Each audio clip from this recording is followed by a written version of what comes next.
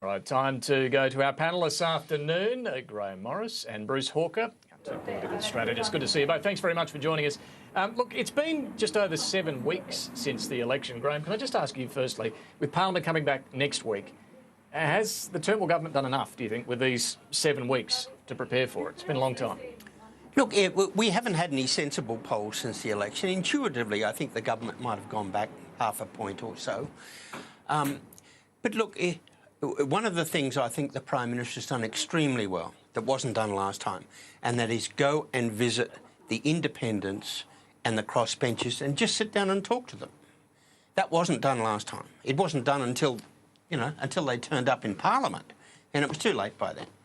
So he's done that well. But I think the hard thing is the expectations.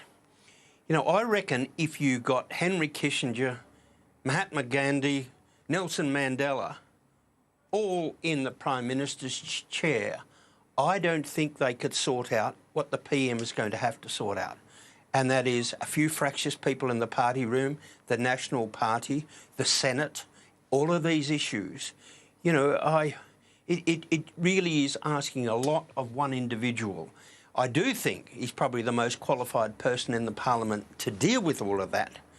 But gee, he's going to need a few wins first up for everyone to say, on your mate. Just on the point you make there, Grahame, before we go to Bruce, that this is an exquisitely difficult Parliament and political circumstance that Malcolm Turnbull's dealing with, fractious backbench, difficult crossbench in the Senate. Are you saying this is more difficult than Prime Ministers you've seen in the past? Yeah. Is it what, more than we've seen in the past? More difficult? Yeah. I think it is. I think it is. You look at Prime Minister Howard, he had to deal with a couple of them and did it well. You look at Mr Abbott, it was not quite the same sort of situation. I think it is more difficult. And you know, you hope that the Prime Minister's patience and skill and tolerance and ability lasts for the 3 years. But, gee, we're asking a lot of him because the electorate has given him an almost impossible political task. Bruce, I mean, Julia Gillard had a hard time of it, of course. The Labor Party then was fairly fractured between her and Kevin Rudd at the time, and it was a hung parliament.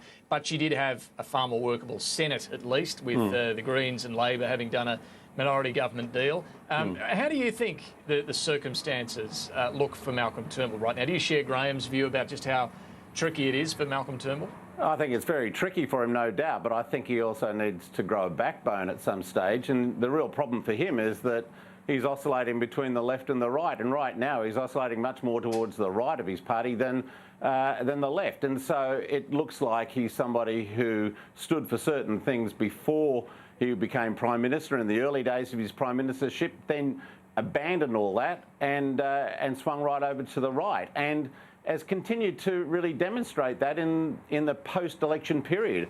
And a classic example of that, when you talk about Kevin Rudd, is the appalling way in which he responded to his nomination for the Secretary-General's position of the UN. You know, I think Turnbull came out of that as a much diminished figure in Australian politics, and I think if you speak to people on the street, that's exactly the feeling that they have about him, that he says one thing and does something else. And I think it's going to be a very, very hard 3 years for him, and you know, he may not even get there. Well, OK, in fairness, I don't know if people were marching on the streets in favour of Kevin Rudd becoming UN Secretary-General, No. But I appreciate the issue about the internal, the way the issue was handled internally didn't play well for Malcolm Turnbull.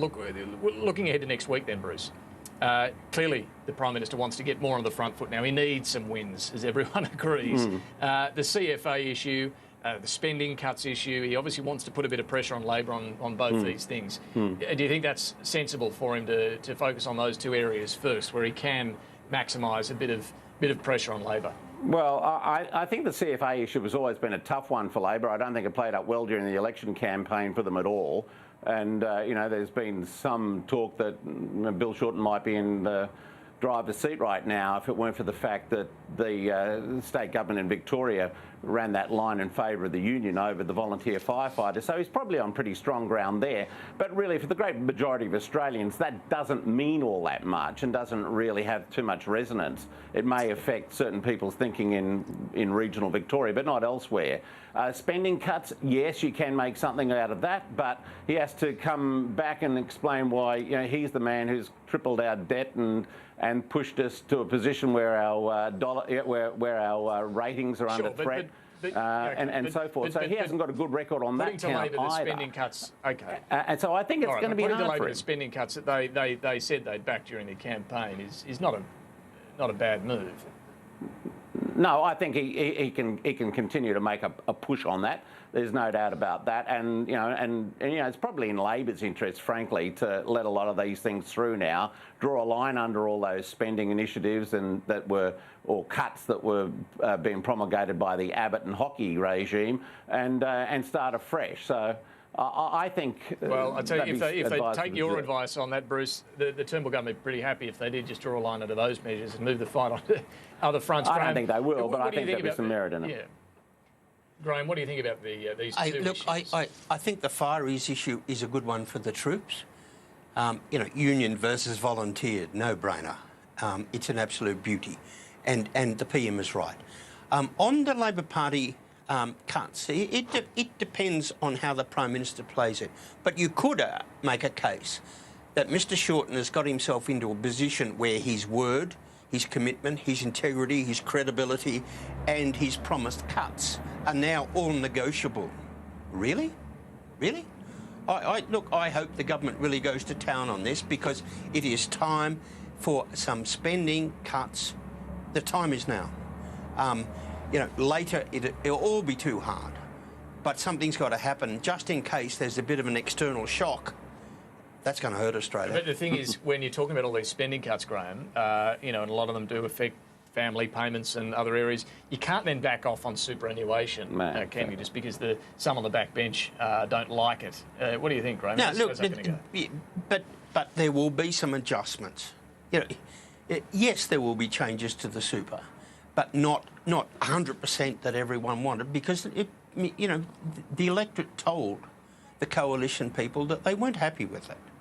There will be some adjustments, and the Prime Minister... You can't go too far again, because they put a detailed policy to the election. They won the election. You can't then go making major changes to it. Yeah, but when the troops come here, they will say, yeah, look, how many people did we lose? How many soldiers did we lose? What percentage did I lose? And I'll tell you, mate, Mr Treasurer and Mr Prime Minister, some of it was our own people worked up about super. Yeah, but it'll be tweaked. It'll be tweaked, not thrown out. You can't go around talking about cuts, and superannuation was effectively a cut, and then back off it. That sends mixed messages to the electorate, and they're not going to be impressed with it. It's exactly what Scott Morrison's saying, isn't it? Well, it goes straight to the whole issue, though, of Turnbull looking like he vacillates between one side and the other, and finds himself between two stools all the time. Maybe he'd be better off just accepting the need for a Royal Commission into the banks and deflecting all the attention onto that for a couple of years. That'd be interesting. Now, I love this story in the Daily Telegraph. We bring some of these up. Maybe you'd be able to do this every year and find these examples. But these are research grants, taxpayer-funded grants for research that the Australian Research Council then doles out to various things. And they've pulled up some terrific ones here. 468 grand going on research into warfare in the ancient Tongan state. $405,000 on how irrelevant speech in open plan offices creates annoyance, and so on. $414,000 going to Tibetan and Western scholars working together. That one I couldn't even understand. Look, the Turnbull government has actually cut, I think it was more than $60 million in these research grants. Grahame, far be it from me to criticise research. We need research, but we need to spend our taxpayers' money in relevant areas. When you dig out these sort of examples, it's not a good... Look, the minister in charge, Simon Birmingham, he's a good operator, but he needs to get hold of this. And I would be happy with somebody to do some research on who signed off on these things, and then they ought to go. When you have a look at these people, their charter is to do some good research that helps the Australian community. How on earth can things like, let's have a look at ingrown toenails in Tibet, or Or with due respect to your fellow commentator, why would you research who reads Christina Keneally's father-in-law's books?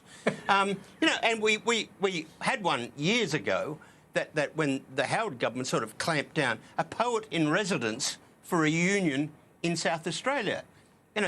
Some of this stuff is just disgraceful. It does not fit the criteria of helping Australia's community, and they ought to be axed, and people should give the money back. Well, maybe there should be a research grant given to people to investigate why absurd research grants are given by the universities. You could spend a couple of $100,000 on that. I like that. In fact, let me show you a little bit of Scott Morrison's reaction on this story today. Ray Hadley was putting to him, we need a pub test on these sort of things. You should run it by the front bar. Warfare in the ancient Tongan state. Should we be spending 400 grand of taxpayers' money on it, and see how that flies? But then the Treasurer did point out some of this stuff may sound quirky at the time, but here he was. When you look at sometimes just the headline items of these research projects, and I know it makes some good retail copy on occasions, but there was a project a while back which had to do with the research into snails, and it copped a lot of flack. Well, that was actually a project that was looking at the infestation of particular insects that were destroying crops. And as you'd expect, that has a pretty significant impact on Australia's productivity. So I'd say look beyond the headlines of some of these projects. I think some of them will raise questions, but others I think might have more value than it first looks like. For example, there's one there that says, let's have a look at the pop industry in Melbourne. Now, I think that's all right. I think the community ought to know what happened. I quite like that. But some of the others, let's traipse around Tibet. Let's have a look at, how long skirts ought to be in Tonga or somewhere. It's just ridiculous. This is taxpayers' money. Great ideas, Grahame. You should put in some proposals, I reckon. Now, the plebiscite on same-sex marriage, it does look like it'll be early next year rather than this year, as certainly the Prime Minister and the Attorney-General had suggested it would be. Bruce, what do you think about this? Does it show they're dragging their heels on this, or is there a legitimate excuse, logistically, to put it off? Well, surely they would have known about this before the last election, and they may have received advice from the Electoral Commission on that issue. But, they went to the election saying there was going to be a plebiscite before the end of this year, and now it's going to be pushed off to February, and then it'll be pushed off to July, and we'll see it just continue to get pushed out because there's a large bloc inside the Conservative Party that do not want this thing to happen, and they're going to do everything they can to stop it. And once again, it goes back to what I was talking about before, the fact that Malcolm Turnbull is just too weak when it comes to dealing with these elements inside his own party, and he's starting to get a reputation for it. That's just pure crap. The PM said during the campaign that he would try to do it before Christmas. But you could see, we haven't even got to blinking question. And Bruce, how on earth are you going to get agreement in this country unless you say this crowd is exempt, that church is exempt, X, Y and Z? You come up with a question and see how you go. It's bloody hard. It's a pretty easy question. Pretty easy question. Into the question. Grahame, pretty easy question. What? Do you think the Marriage Act should be changed to allow people of the same sex to marry? Full stop, question mark. Well, Grahame, what about the exemption? So, Grahame, so the church is in? They went to the election promising it. You can't get around that, mate. But see, this is interesting. This is really interesting, Grahame. You reckon that those exemptions for religious institutions should all be part of the question? It'd be a pretty long question in the end. Well, I don't know. If it's not, this is so vulnerable to a no case. People at the moment there is no case, but by geez, when it starts, people will be very, very anxious about what is behind the basic question. It's got to be spelled out, or Australians will say no, and there's going to be a lot of very disappointed people. It's a simple question. Yeah, it's a very simple question. Well, presumably a lot of those exemptions dealt with in the legislation that then follows the plebiscite, if the plebiscite gets up and they get into the detail. But there will obviously be some saying all of that should be put to the people. We've got to go, and we'll no doubt come back to